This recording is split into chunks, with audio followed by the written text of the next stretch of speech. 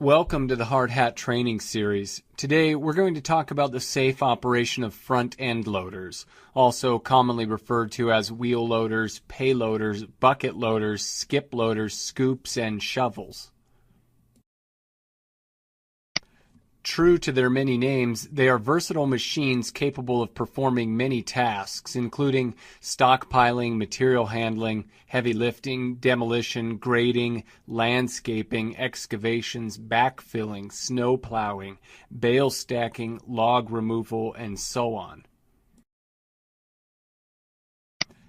During this presentation, we will take a look at the functionality and components of a front-end loader.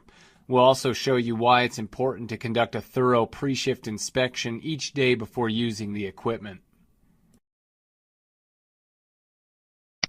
We will look at machine stability and the importance of not only knowing the loader's capacity, but working within those limits.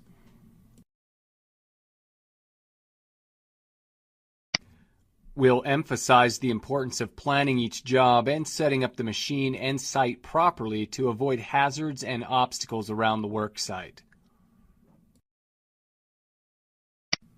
And finally, we will touch on some of the more common hazards associated with loaders and discuss how to recognize, avoid, or minimize them. By the time you complete this training with both the written and practical exams, you should be better prepared to safely operate a loader.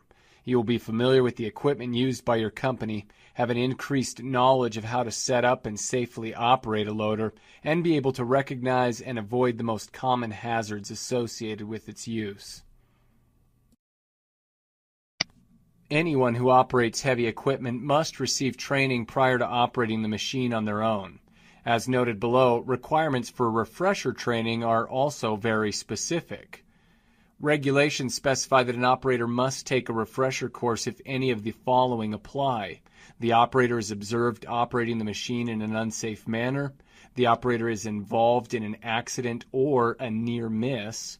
The operator receives a poor evaluation for performance. The operator is required to use a different type of machine or attachment, or workplace conditions have changed. The standard also says that each operator must be reevaluated every 3 years to see if they are still competent to operate the equipment.